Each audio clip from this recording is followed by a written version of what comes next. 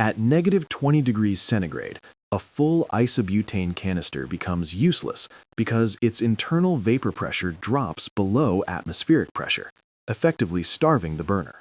Most backcountry failures aren't about gear breaking, they are about physics being ignored.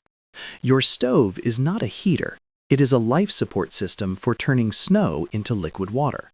Isobutane canisters rely on vapor pressure. As temperature drops, the pressure inside the can plummets. Once the ambient temperature hits the fuel's boiling point, the pressure equalizes with the atmosphere, and fuel stops flowing. This is why you see hikers shaking their canisters or sleeping with them. You are fighting the thermodynamics of phase change. Inverted canister stoves help by feeding liquid fuel, but they still require initial pressure. Enter liquid fuel, specifically white gas, naphtha.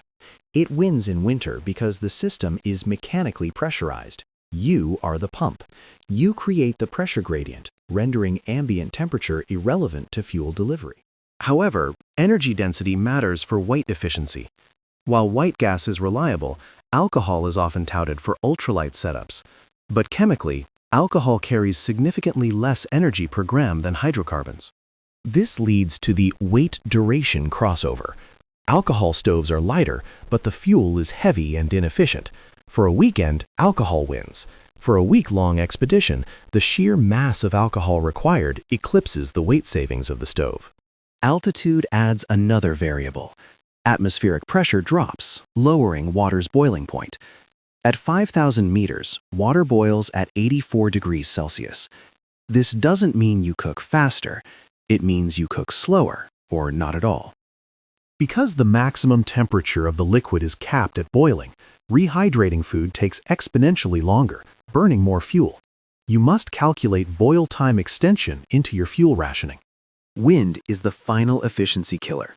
A convective breeze strips heat from your pot walls faster than the burner can replace it. Without a physical windscreen or heat exchanger, your theoretical efficiency is meaningless. The verdict: use alcohol for sub-3-day solo trips below the tree line. Use canisters for 3-season convenience. But for winter survival or high-altitude mountaineering, white gas is the only system engineered to fight physics and win. Engineer your hydration system. Don't just buy gear.